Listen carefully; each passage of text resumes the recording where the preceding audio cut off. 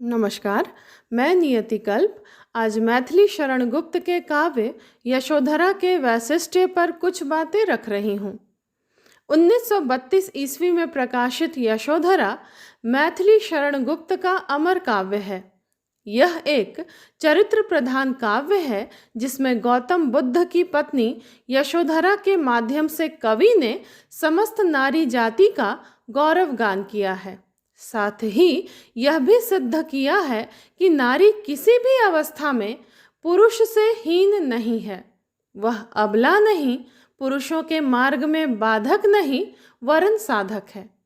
यशोधरा के चरित्र का बड़ा आकर्षण उसका अस्मिता बोध है, जिस कारण इस बात से वह बहुत विचलित है कि उसके पति उसे बिना बताए उसे सोती छोड़कर सिद्धि प्राप्ति के लिए चले गए। सिद्धार्थ के साथ कुछ वर्षों तक दाम्पत्य जीवन व्यतीत करने के पश्चात यशोधरा को यह आभास हो गया था कि वे सांसारिक जीवन की ओर से उदासीन हैं। उसे सिद्धार्थ के महाभिनिष्क्रमण के कारणों का ज्ञान था। महाभिनिष्क्रमण बुद्ध के जीवन में घटित उस घटना को कहा गया जिसमें उन्होंने एक रोगी, वृद्ध तथा मृतक को देख संसार की गति से द्रवित होकर अपना घर छोड़ दिया। यशोधरा की मनोवेदना, उसकी मनोव्यथा निम्न पंक्तियों में द्रष्टव्य है। सिद्धि हेतु स्वामी गए, यह गौरव की बात, पर चोरी चोरी गए, यही बड़ा व्याघात। सखी वे मुझसे कहकर जाते, कह तो क्या मुझको वे अपनी पथ बाधा ही पाते। यशोधरा यह जानकर गौरवान्वित होती है कि उसके स्वामी जीवन के महान लक्ष्य की पूर्ति के लिए गए हैं।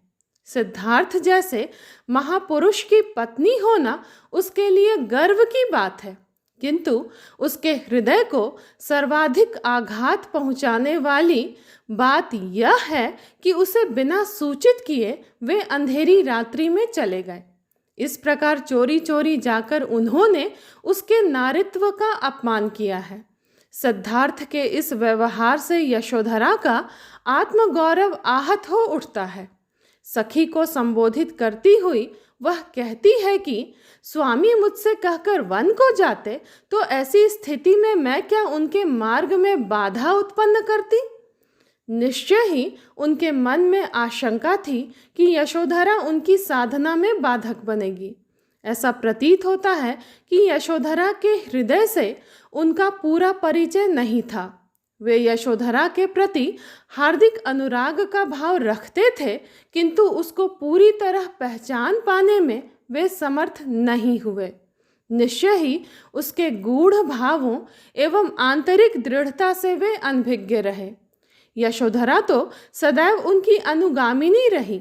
अपने वैभव विलास की तुलना में पति के विरागी भावों को प्रमुखता देना ही वह अपना धर्म समझती, अगर सिद्धार्थ अपने आंतरिक उद्वेग को उसके समक्ष प्रकट कर देते। इसी कारण उसे इस बात की ग्लानि है कि पति उसे बताकर नहीं गए। यशोधरा जैसी नारी को विलासिनी समझना उनकी भूल है। यहाँ यशोधरा मानो समस्त नारी जाति के प्रतिनिधि के रूप में हमारे समक्ष आती है।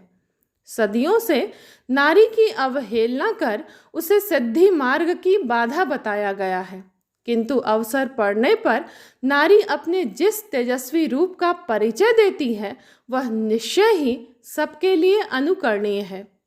एक क्षण में ही अपने कर्तव्य का निश्चय कर प्राणों से प्रिय पति को सुसज्जित कर नारियां क्षत्रिय धर्म की रक्षा हेतु उन्हें युद्ध क्षेत्र में भेज देती हैं। उस समय वे प्राणों के मोह को बिल्कुल भूल जाती हैं। स्वदेश रक्षा का लक्ष्य ही उनके सामने मुख्य रहता है, किंतु अभागिनी यशोधरा को तो यह सौभाग्य भी प्राप्त नहीं हुआ कि वह अपने पति को सादर सिद्धि हेतु विदा कर पाती। जिसने सहधर्मिणी के रूप में अपनाया था, उसी ने जब निष्ठुरता पूर्वक त्याग दिया, तब वह किसके सहारे विफल गर्व को व्यक्त करे। अब तो निरुपाय होकर केवल पति का स्मरण ही करना है। सिद्धार्थ के चले जाने पर दुखी यशोधरा की आंखें पति को निष्ठुर की संज्ञा दे रही हैं, किंतु दूसरे ही पल उसे यह भी आभास होता है कि विदा लेने के समय यशोधरा की आंखों से जो आंसू बहते उसको सहन कर पाना सदैव हृदय सिद्धार्थ के लिए संभव नहीं हो पाता। संभवतः वे अपना संकल्प ही बदल देते। स्वयं को सांत्वना देती हुई यशोधरा कहती है कि वह अपनी प्रिया के अश्रु प्रवाह को नहीं सहन कर पाने की विवशता के कारण ही चोरी चोरी चले गए।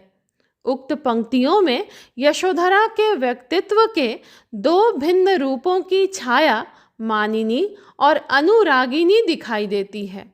पति की सफलता की कामना करती हुई यशोधरा कहती है कि अपने साधना मार्ग पर वे अनासक्त भाव से अग्रसर हों, सुखपूर्वक सिद्धि प्राप्त करें, पत्नी के दुख से दुखी ना हों। पति के निष्ठुर आचरण के लिए आज उलाहना भी कैसे दी जाए, क्योंकि दृष्टि से दूर होने पर आज तो वे पहले से भी अधिक प्रिय जान पड़ते हैं। बस उनके बिना कहे चले जाने का दुख उसके मन में है। यशोधरा के हृदय को विश्वास है कि सिद्धार्थ आज साधना हेतु चले गए हैं, किंतु एक दिन सिद्धि प्राप्त कर वे अवश्य लौटेंगे भी और अपने साथ कुछ अपूर्व अनुपम उपलब्धि भी लेकर आएंगे। किंतु इसी समय यशोधरा के मन में प्रश्न उठता है कि पति के पुनः आगमन पर उसके रोते हुए विरह विकल प्राण किस स्थिति में उनका स्वागत करेंगे। क्या आंखों के आंसू तब तक सूख जाएंगे और वह प्रसन्न मन उनका स्वागत कर पाएगी? अपनी वर्तमान मनोदशा को देखकर उसे अनुभव होता है कि उनका स्वागत वह उस लगन और उत्साह से नहीं कर पाएगी, क्योंकि उस समय भी उसके हृदय में पति के बिना सूचना दिए चोरी चोरी चले जाने की कसक बनी रहेगी। यशोधरा जैसी नारी के स्वाभिमान को आहत करने के लिए पति का इस प्रकार बिना बताए चले जाना एक बड़ा आघात है। अगली पंक्तियों में यशोधरा के दाम्पत्य प्रेम की कथा अंकित है। वह अपने विवाह के उन उल्लासमय दिनों का स्मरण करती है जब वैदिक रीति से उसका विवाह हुआ था। अपने प्रियतम को संबोधित कर वह कहती है कि उस पल को भूल पाना कठिन है जब हम विवाह के मंगल सूत्र में बंधे थे। उस दिन तुम्हें पाकर मेरा जीवन धन्य हो गया था। आनंद की अधिकता से मेरी वाणी मूक हो गई थी। मेरा रोम रोम पुलकित हो रहा था। जब मेरे जीवन में तुम्हारा प्रवेश हुआ तब तुम्हें अपने हृदय में प्रतिष्ठित कर मैंने अधरों के कपाट बंद कर लिए। तुम ही मेरे जीवन के आनंद और विलास के आधार थे, किंतु मेरा दुर्भाग्य जो तुम्हें पास नहीं रख पाया। मेरी खुली आंखों ने तुम्हें बाहर निकल जाने का मार्ग दे दिया। तुम्हारी सरस मनभावन मूर्ति दृष्टि मार्ग से निकल गई। संभवतः अपने सीमित हृदय में तुम्हारी विशाल विश्व मूर्ति को रख पाना मेरे लिए संभव नहीं था। तुम्हारे चले जाने के बाद समझ में नहीं आता कि मैं क्या कहूँ। अब तुम्हारे लिए यही मंगल कामना है कि तुम कहीं भी रहो, सकुशल सिद्धि प्राप्त कर शीघ्र ही मेरे पास वापस लौट आओ। मेरे दुखपूर्ण निश्वास व्यर्थ ही कहे जाएंगे यदि ये तुम्हें खींचकर पुनः वापस नहीं ला सके। इस प्रकार प्रस्तुत अवतरण यशोधरा के गंभीर प्रेम एवं पति के प्रति उसकी अनन्य निष्ठा का प्रतीक है। यशोधरा काव्य की रचना गुप्त जी ने उपेक्षित नारियों के चरित्र उत्थान की दृष्टि से ही की है। गौतम बुद्ध पर तो देश विदेश के अनेक विद्वान और कवियों ने लिखा, किंतु उनके गृह त्याग के बाद उनकी पत्नी यशोधरा पर क्या बीती इस पर किसी ने ध्यान नहीं दिया। गुप्त जी ने यशोधरा काव्य की रचना कर उसके चरित्र को नई गरिमा प्रदान की है। जिसमें यशोधरा की मनोवेदना के साथ साथ उसका आत्मविश्वास भी विशेष रूप से मुखरित हुआ है।